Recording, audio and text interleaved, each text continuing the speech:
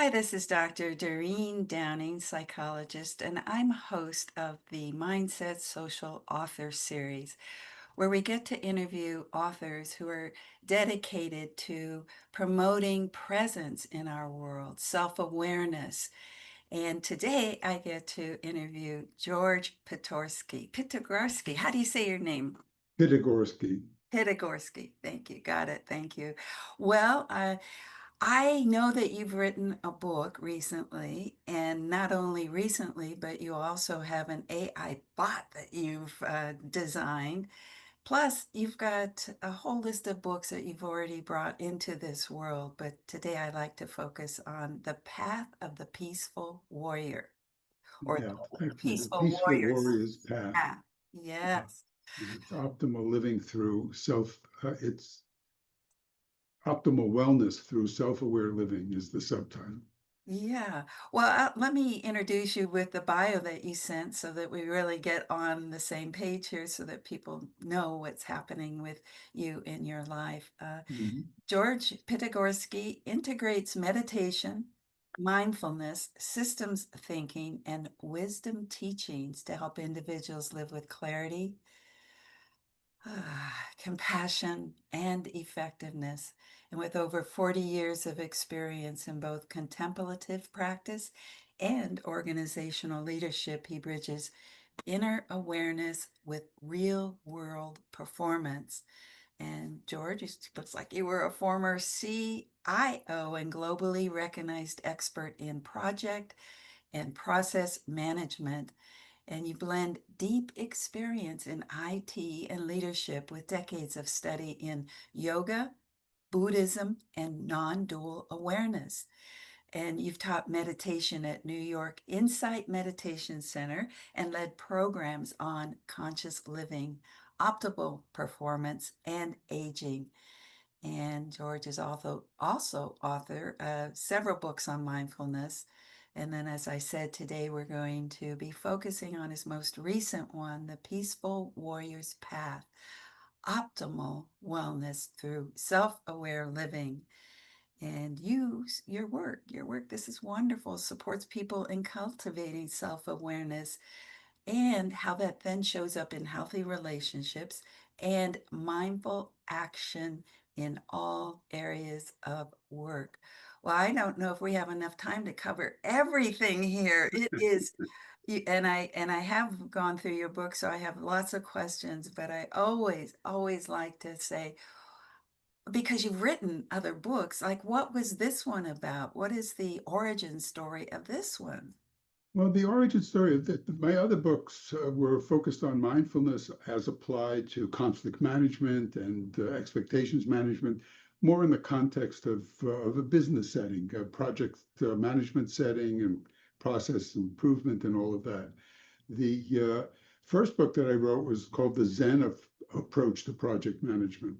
This one, I wanted to create a book that was more generally available, not just for people in specific business situations, but a life changing kind of book that synthesized all of the teachings and the experiences that I've had in that realm. So that was the genesis of it. And I was really putting together a bunch of courses that I've been teaching over the years, articles that I've written, etc., and putting that together into what I frame as a guidebook. It's a guidebook on how to optimize your life through the use of a number of different modalities.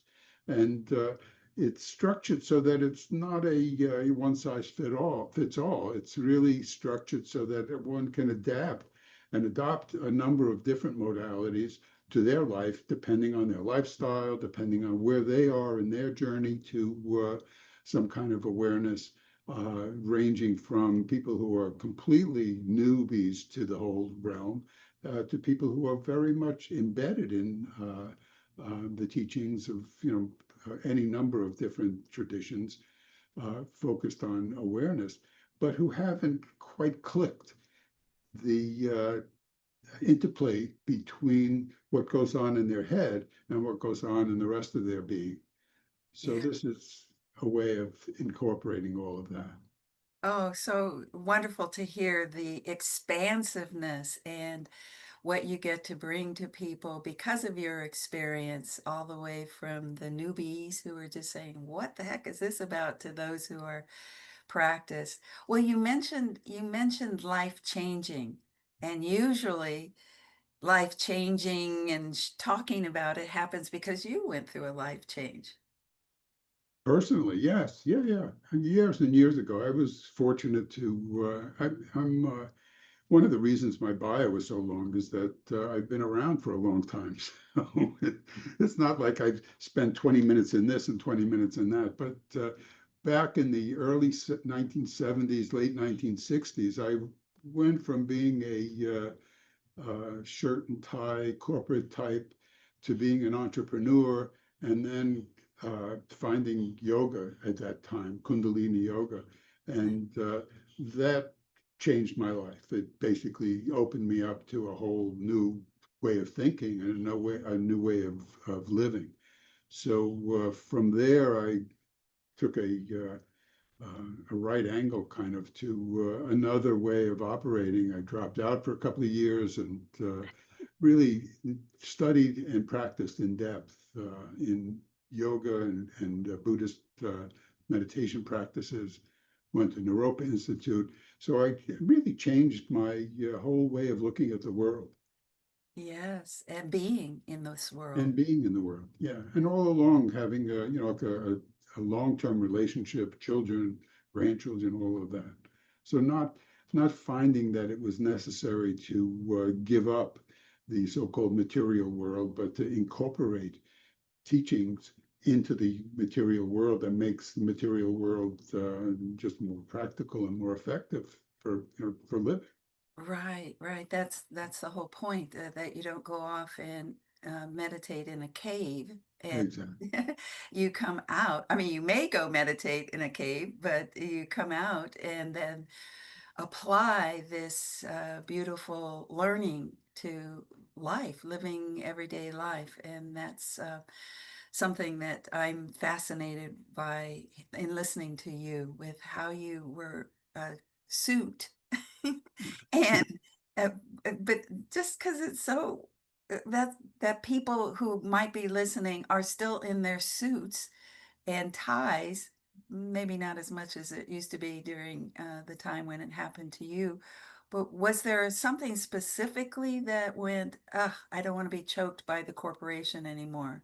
No, I actually was in an entrepreneurial setting. It was very, very open and loose. It was, basically a company called Software Design Associates, and I was one of the principals in that company. And so I wasn't constricted by, by the corporate machine so much. And back in this was 1968 through 1975, so it was like anything goes kind of world. Yeah. So I found that, in fact, when I came back from my hiatus from the corporate realm, uh, I went back to wearing a shirt and tie. I just got a collar that was loose enough to not feel choked, and it's just another costume. So Oh, well, whatever costume. it sounds like just slowly you were becoming a different person. Well, both quickly and slowly. I quickly became a different, not a different person so much, but a different way of kind of being the same person, Yeah, and at yes, the same time recognizing what uh, that means. yeah, I noticed you have a blurb from Brene Brown, I think, yes, uh-huh. that Mhm. talks about not being who you think you are, but being who you are. Yeah. Uh, so I, basically got a better sense of who I am and who I am not.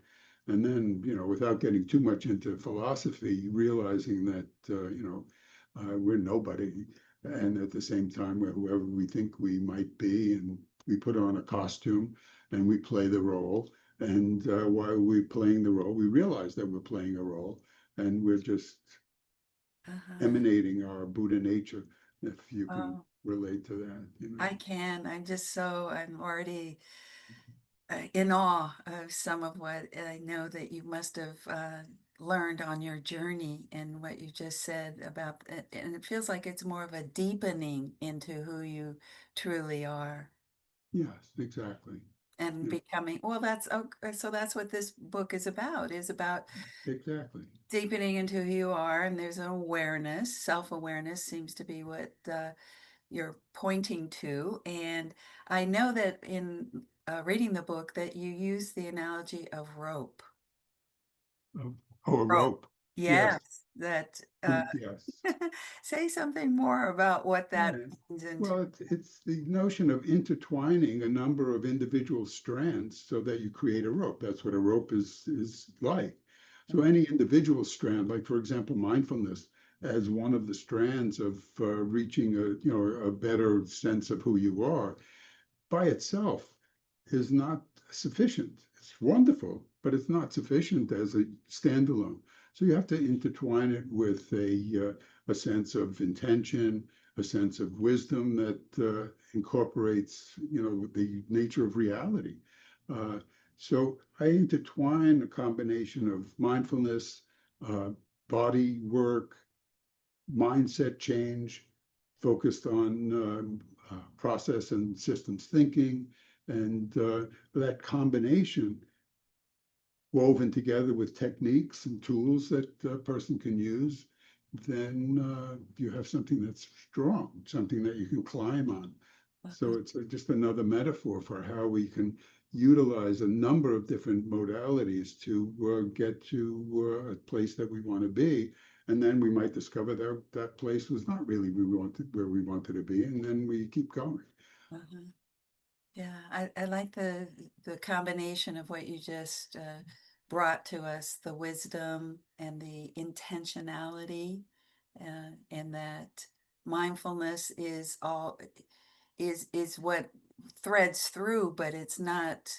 We don't just become mindful and then we've got a different sense of ourselves in life. There's something we have. I like that idea of the intention then what do we is this something like then what do we how are we living our choices? Yeah, yeah, exactly. What is our intention when we apply mindfulness could be, to make Yeah, more money or to reduce stress or to, do whatever it is that we need to do. So that's not an unreasonable intention, but if the intention is just that, yeah, that's what we might yes, achieve.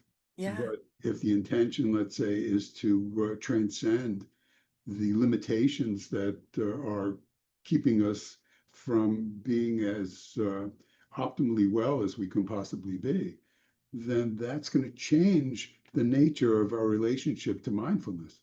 yes, And when you look at the mindfulness as it's practiced today here, uh, really emanates from original Buddhist meditation practice, something called Vipassana meditation is the place where the people who we follow today as the lead teachers in mindfulness got their training and mhm, they got their concepts.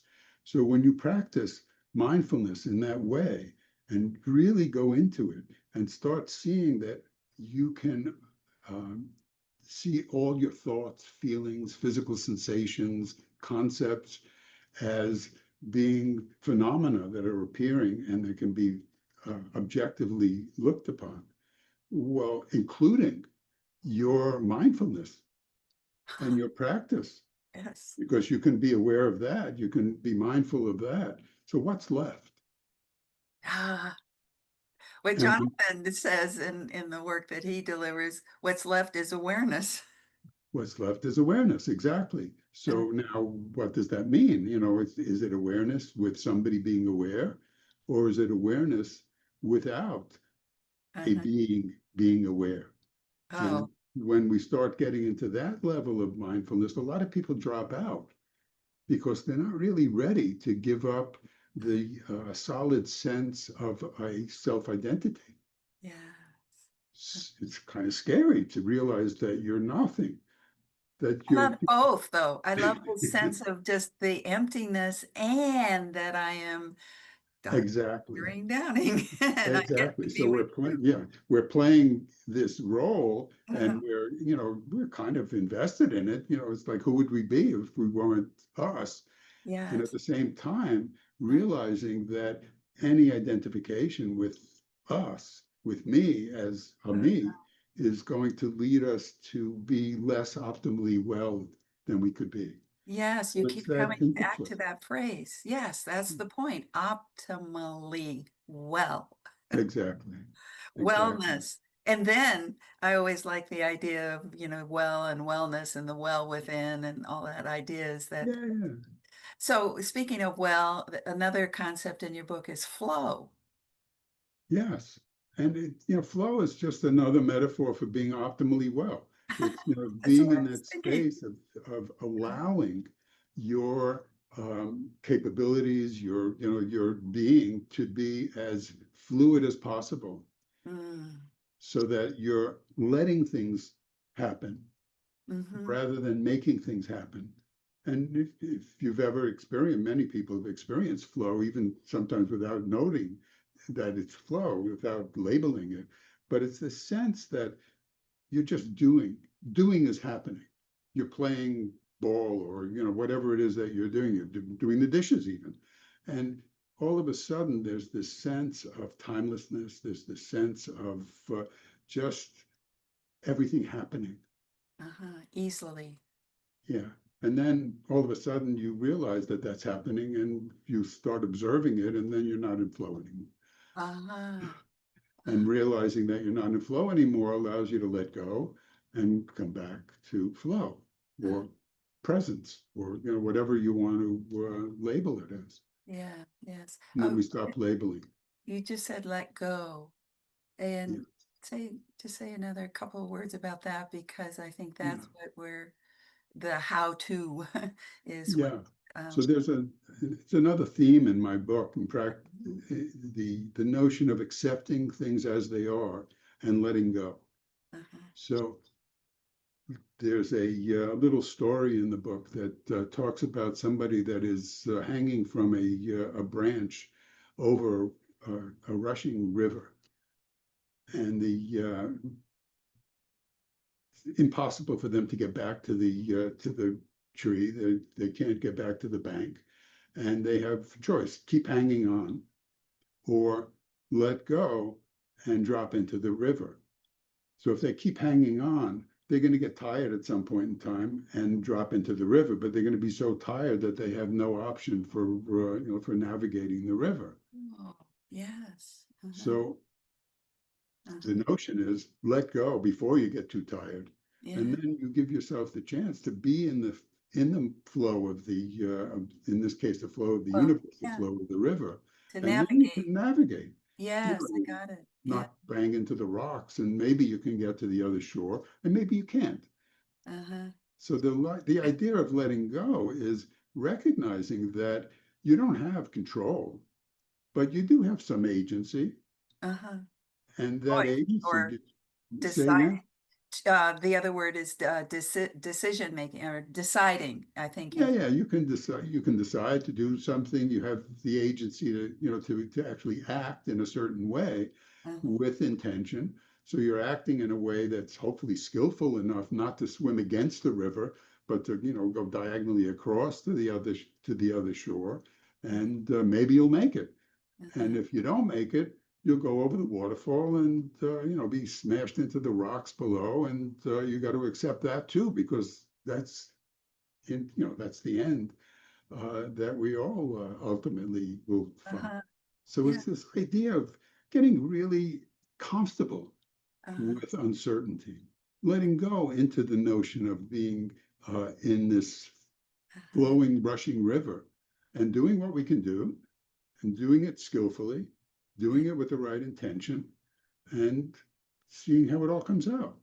Yeah. So it's Doing that it. attitude Yeah. that pervades wellness. It Yeah. underpins wellness. Ah, beautiful, beautiful. Well, we're coming to the end, and I feel like you've given us some really wonderful, not only just concepts, but a taste really of what its optimal wellness could be for us. How about a technique? I know you just gave the image of what it's like to actually let go of attaching to a certain outcome and moving into acceptance, but Well, I anything. mean, one of the techniques that I'm happy with, just personally, is this idea of integrating what I call breathers into day-to-day activity. uh, So day-to-day life, you're sitting at your desk and like you're experiencing whatever you're experiencing, and periodically stepping back and taking a moment, could be a few seconds even, to just come in touch with your body, come in touch with your breath, the sensations of your breath, feel the air against your skin, and boom, you're present. And then go back to doing whatever it is that you're doing. And if you do that consistently, regularly over time, what happens is that you no longer really need breathers uh, because you're continuously going to be in a state of presence. You're continuously going to be mindful of what's happening.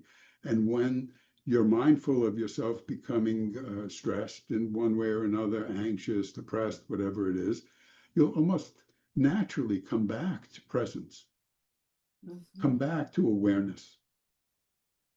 mhm, And it's in that coming back that you're really practicing. That's the practice. uh-huh.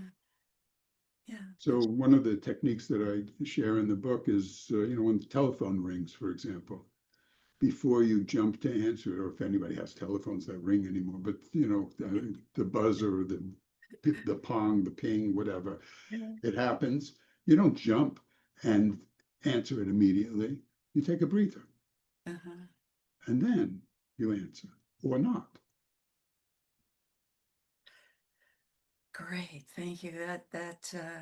I'll certainly be taking that into my day to day. I do a practice, but I love the mini moments that you're talking about. Yes, That's so easy, folks. Just a mini moment. We call it a breather, and pretty soon you're in uh, one continuous breath called life, huh? exactly. Well, Exactly. thank you. Thank you so much, George. No, thank you. To our listeners and anybody who's not yet at mindsetsocial.com, join us because we'll be interviewing more authors and we've got classes and lots to offer those who are dedicated to mindful living, mindful presence, mindful being. Thank you, George. You're welcome. Thank you.